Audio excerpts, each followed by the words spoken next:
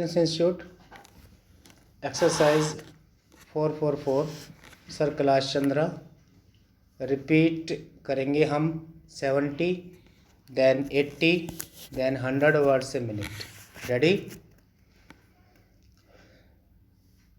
Start considerable opposition has been voiced in regard to the inclusion of persons liable to the payment of land revenue in the scheme of compulsory savings. It has also been suggested that if it is not possible to exclude this category altogether, a higher exemption limit may be fixed for them.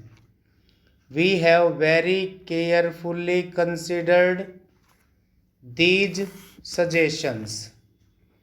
May I inform the House that before the bill was drafted, there were detailed discussions with the Chief Ministers and Finance Ministers of the states, and the conclusions reached were that in a comprehensive legislation of this type, it would not be appropriate to exclude the rural sector, which has also had its fair share of rising incomes and growth in agricultural production and economy.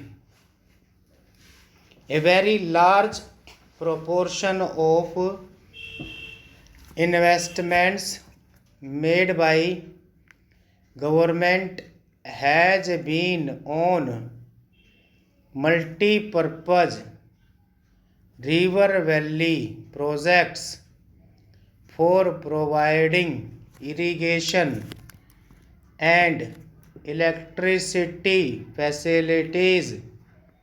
The main benefit from these projects cannot but be assumed to have accrued to the agricultural classes. On the other hand, land revenue rates have not increased in the same proportion as the other forms of taxation. It should also be borne in mind that on an average, the land revenue liability is less than 2% of the total agricultural income, and as such, compulsory deposits at about 50% of the land revenue payable at the rates in force in 1999-2000 cannot be construed as onerous. Although for administrative convenience, the bill provides for the maximum rate of compulsory deposit at 50% of the current land revenue liability. The scheme shall be so devised as to ensure that the deposit does not exceed on the whole 50% of the land revenue payable according to the 1999-2000 rates. This is intended to reduce the extra burden on the landholders in the states where the land revenue rates have been increased in recent years. Nevertheless, with a view to removing the hardship on small landholders, we have agreed to exempt those small landholders whose land revenue liability is less than rupees 5,000 per annum by making necessary provision in the scheme to be drawn up. As a result of this exemption, almost half the total land revenue payers would be excluded from the scope of compulsory savings. I might add that some of the less developed states whose need for resources is very much more were urging for a lower exemption limit. We have not found it possible to agree to any decrease in the exemption limit. So, in the circumstances, this bill deserves the approval of the House. Stop. Repeat after 15 seconds, 80 words a minute.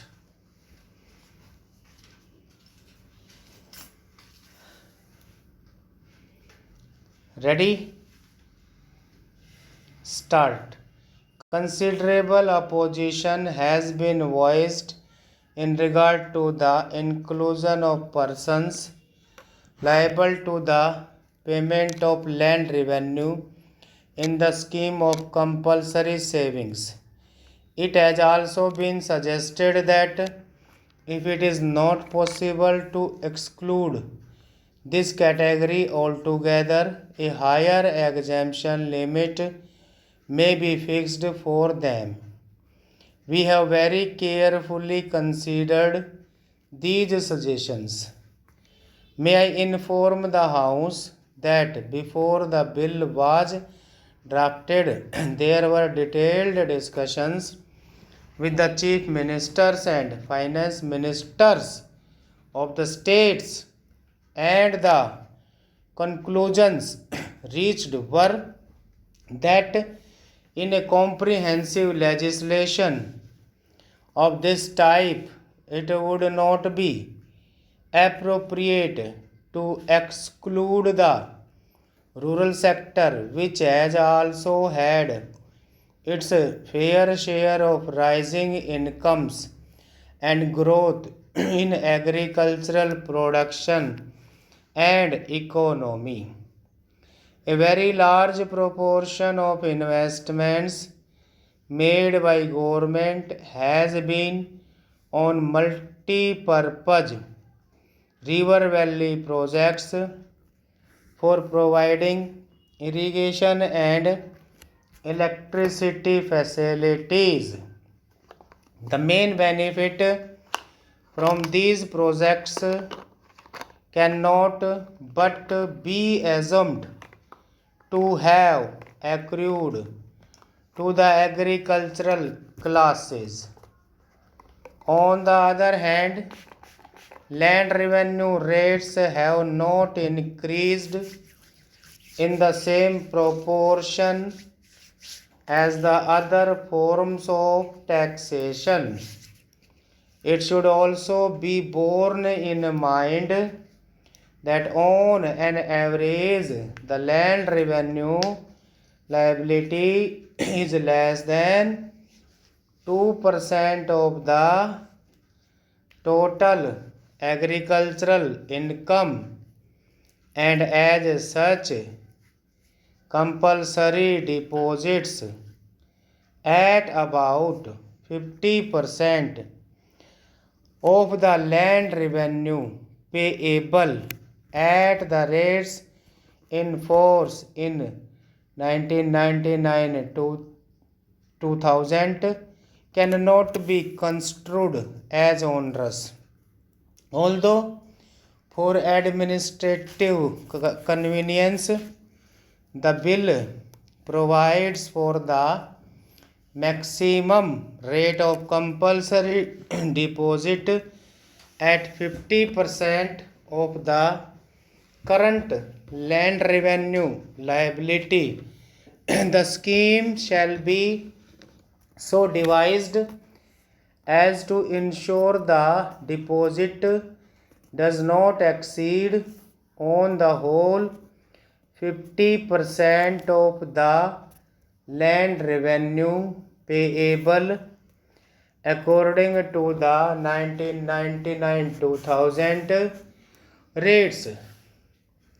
This is intended to reduce the extra burden on the landholders in the states where the land revenue rates have been increased in recent years.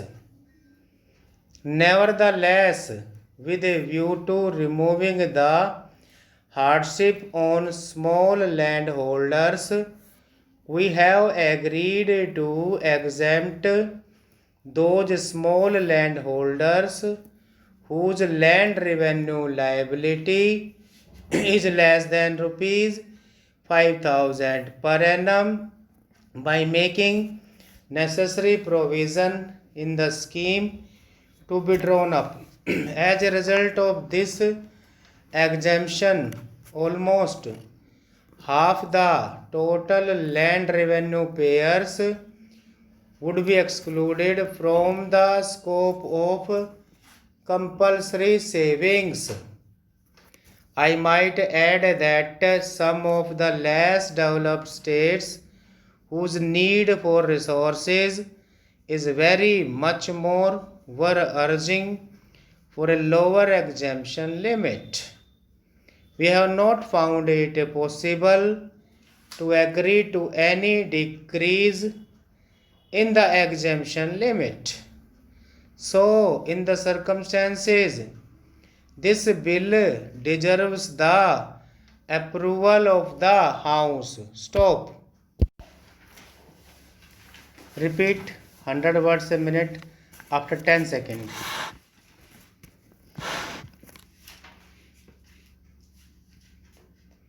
Ready? Start.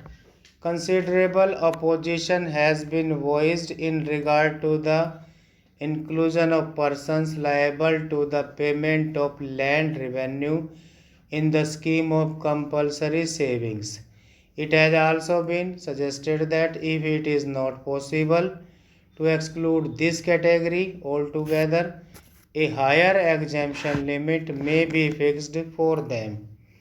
We have very carefully considered these suggestions. May I inform the House that before the bill was drafted, there were detailed discussions with the chief ministers and finance ministers of the states, and the conclusions reached were that in a comprehensive legislation of this type, it would not be appropriate to exclude the rural sector, which has also had its fair share of rising incomes and growth in agricultural production and economy.